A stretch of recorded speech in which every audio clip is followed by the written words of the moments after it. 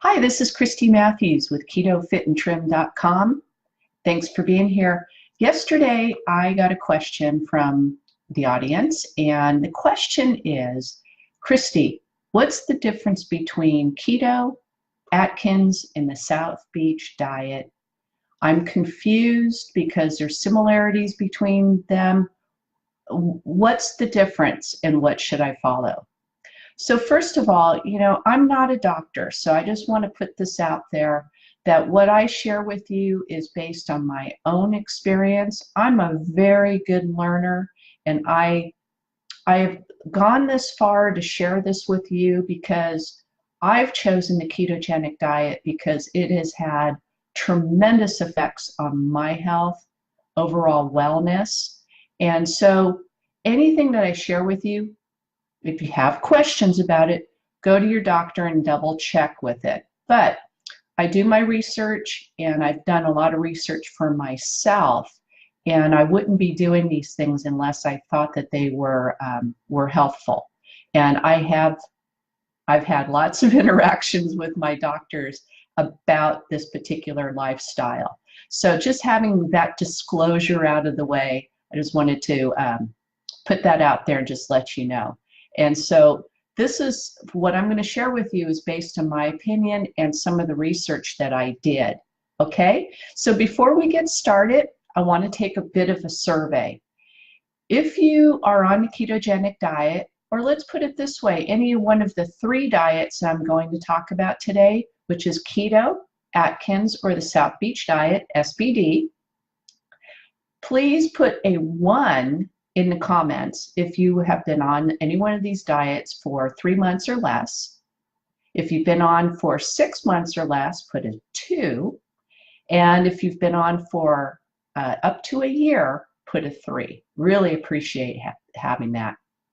So, before I get going on this, I just want to say I'm not a fan of Atkins or the South Beach diet for a number of reasons, but here's the biggies. They weren't sustainable for me. They didn't give a roadmap for lifetime learning. It was almost as if, or lifetime living, I should say. It was almost as if these were diets per se, rather than lifestyles. So they gave the impression that you do so many things for a period of time, and then you can go back to some old habits that were really the habits that got me personally into trouble. And these were habits that were instilled in me from a little girl. I don't know if you're like me, but I've always had problems with sugar and things like that. So as a little girl, even though I'd be very, very active, I was always one of those kids that had a little bit more weight on me than maybe some other children. And I think that has to do with my inability to process sugar. And I know that from a little kid because I had such a sugar craving when I was young, and that carried on with me through my adult years. Now I know why. So just putting that out there. The other thing is that, like I said, keto is something I can do forever.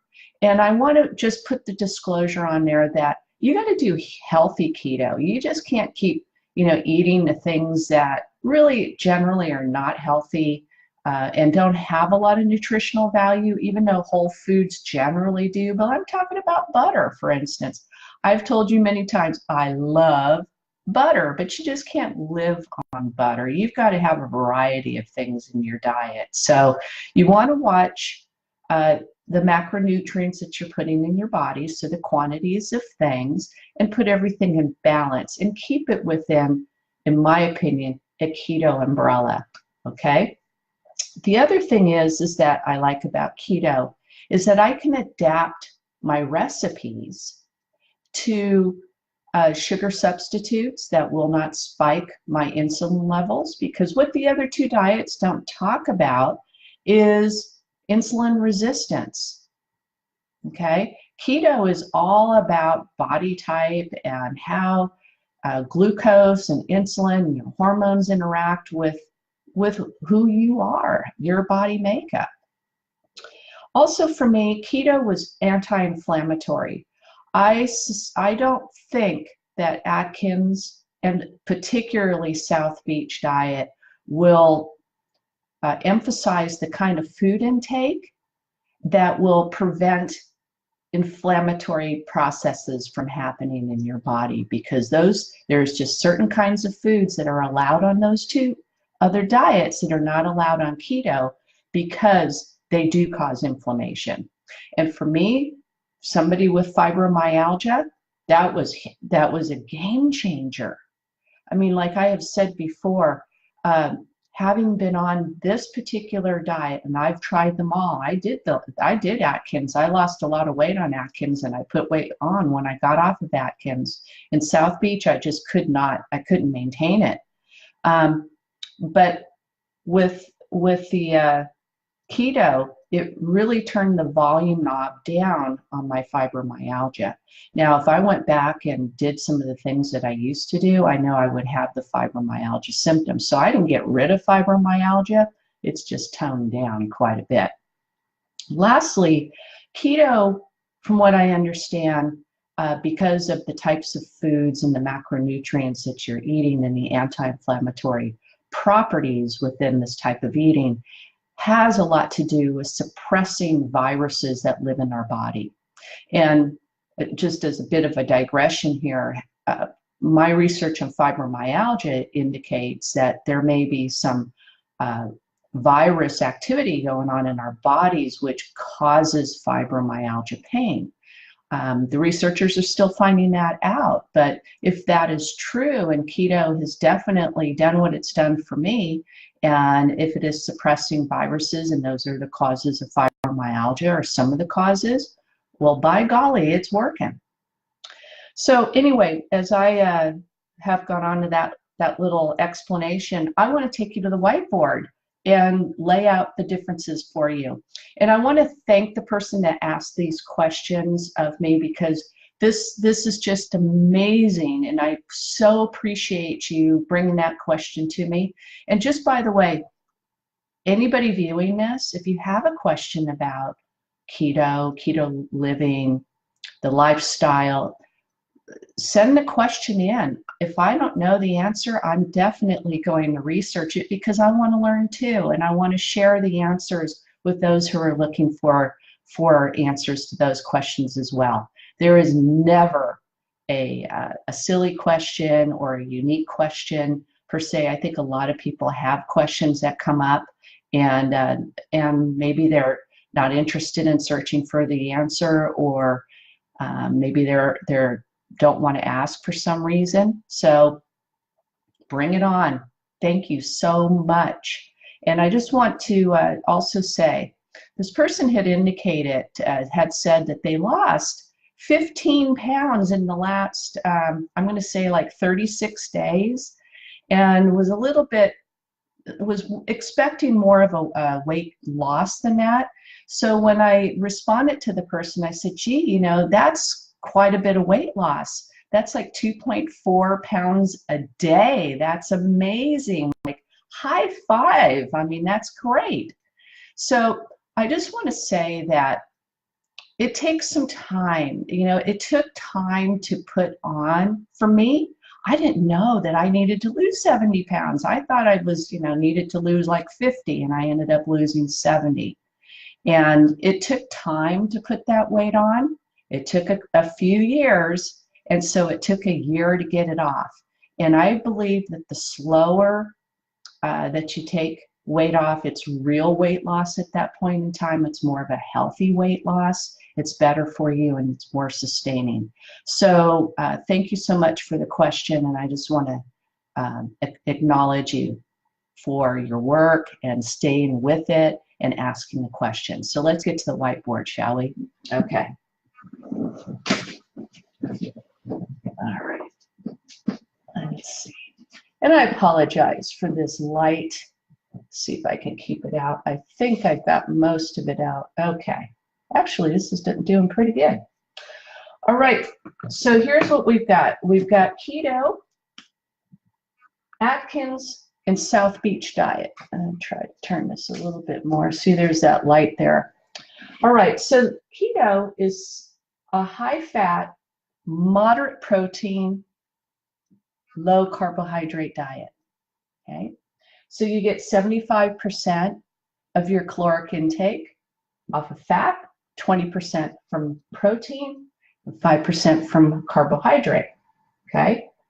On Atkins, there's 4 stages. One's called induction, which is very similar to keto, which will put you in ketosis, which is less than 25 grams of carbohydrates a day. But then it allows you to increase, and you could do that on keto as well. You just have to test how much you can tolerate carbohydrate. Then you're allowed to go up to about 80 carbohydrates a day in stage 3, and then up to 100 on maintenance. So these were very similar on with keto. Now with the South Beach, and I'm going to say, I believe that Atkins and both South Beach diets are fad diets, and they've been just consumed by the food corporations. So right then and there is something that makes me cautious. And also, you're not going to see these as accepted within functional medicine realms or chiropractic. Those who are following, they're more diet conscious and more into functional medicine, the whole body approach.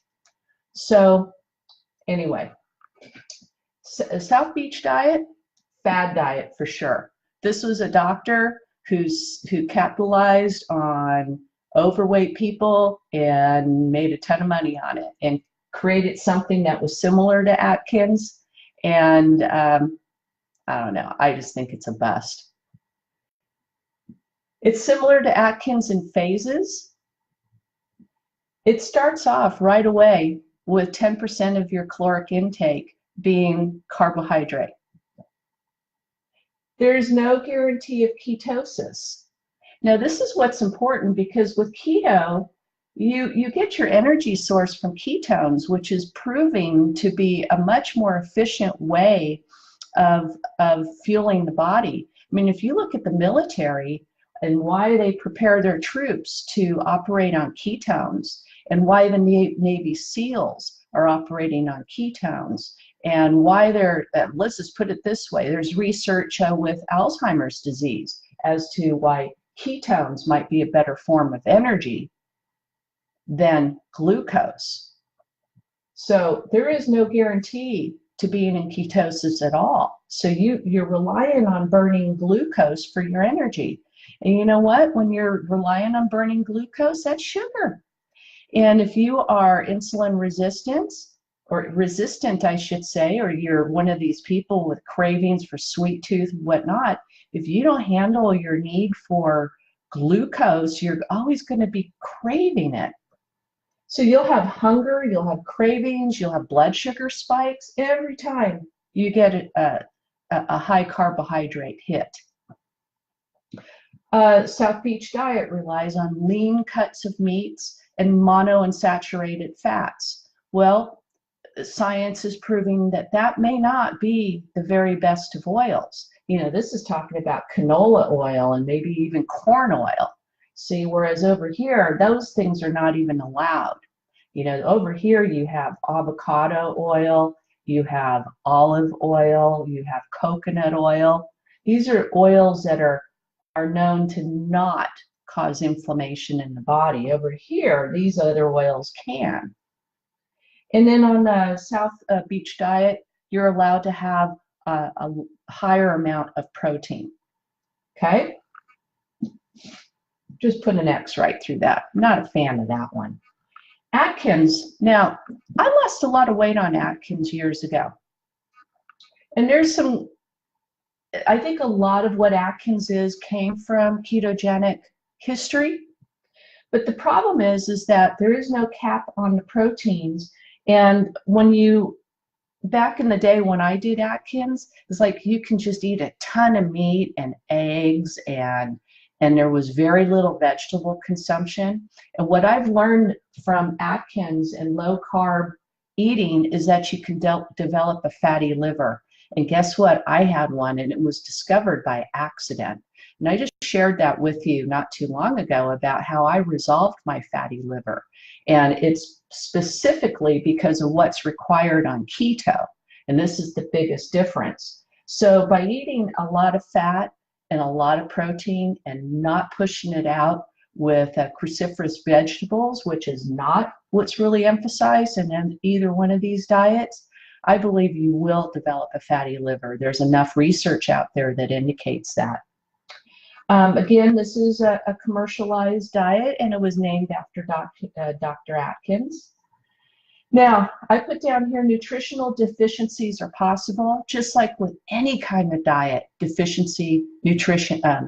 nutritional deficiencies are possible, and electrolyte imbalances. Okay, so I'm going to talk about electrolytes here in just a moment. Now, let's talk about keto. Keto is based on history that goes back to the 19th century. Have you heard about William Banting? He's a 19th century English carpenter who was put on a keto type of diet back in the middle of the 19th century. We're talking the 1800s here. And his doctor had been going to lectures talking about how foods interact with the liver.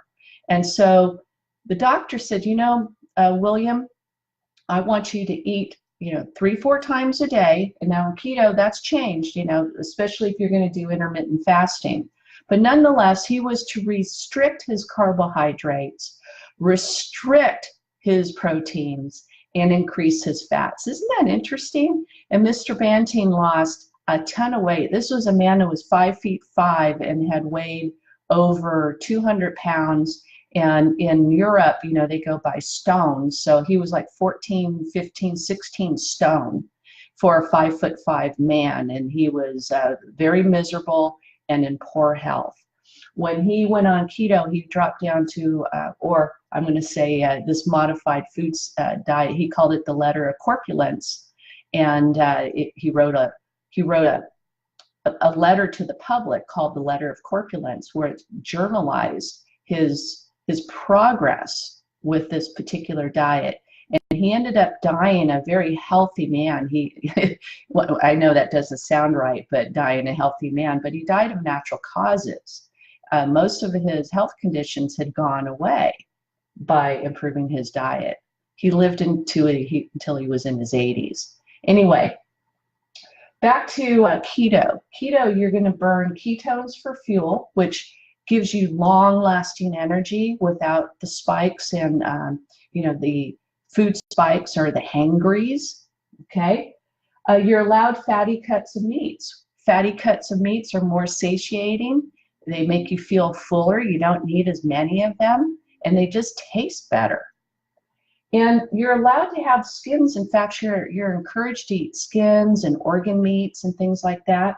The skins particularly for collagen, because when you get onto these diets, in any kind of diet, you'll start getting some crepey skin.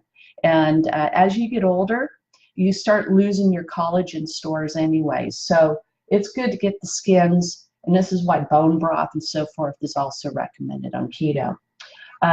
We recommend oils and nuts. And one last thing I want to say here about the fatty liver. You can get fatty liver on keto if you don't push the cruciferous vegetables. And cruciferous vegetables are the green leafy vegetables, broccoli, cabbage.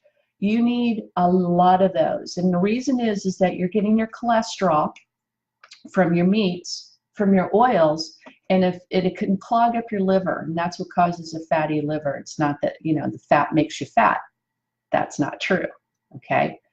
Fat can make you fat by having too many calories, but just eating fat does not make you fat if you do it in the right amounts. So the best way to keep your liver healthy is to incorporate a little bit of apple cider vinegar, and it will help your digestion too.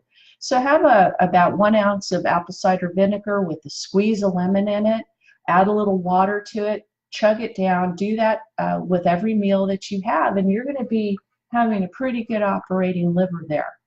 Believe me, it works, because I did it for myself. And there isn't a better way to verify how things are going on unless a doctor can open you up and take a look, and that's what they did with me.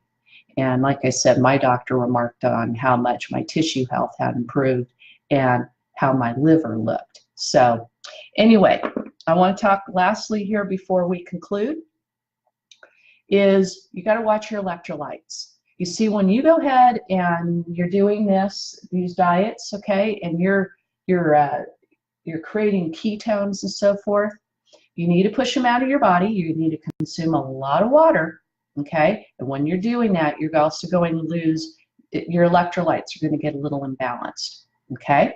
So you want to make sure that you're watching your sodium, your potassium, and your, oh, I'm just having a blank there, your minerals, so to speak. There's one other there, calcium, thank you. All right, so you need to watch those. And potassium's probably the biggie. So if you're getting cramps and that type of thing, you do need to increase your potassium intake. Don't eat a banana. That will spike your blood sugar. In fact, you're going to need about, I don't know, what is it, 10, you need an enormous amount of bananas to get your daily intake. If you're having problems, I just recommend get some potassium supplements and take them. You're going to pee out the potassium anyway. You need about 4,000 milligrams of potassium a day to have normal bodily function. You're going to get most of your minerals and your vitamins from your vegetable consumption. Those are carbohydrates, folks. And if you counted every bit of carbohydrate in your vegetables, you will go over your 5% carb, but vegetable carbohydrates don't count, okay? So eat a lot of those, and they'll help a lot. And I do personally, because I do take an electrolyte supplement, because with the fibromyalgia, I have noticed that I do need that little extra help with the electrolytes. And I needed that help regardless of whether I was doing this or not, because I have a restless leg problem, which is normal with fibromyalgia. So that's it. I'm covering all my notes. I hope that I answered your question. I really appreciate having that. Do me a favor, if you got some value from today's video, please let me know in the chat. I do respond to your comments. I so appreciate them. And I'll see you next time. You have a great day.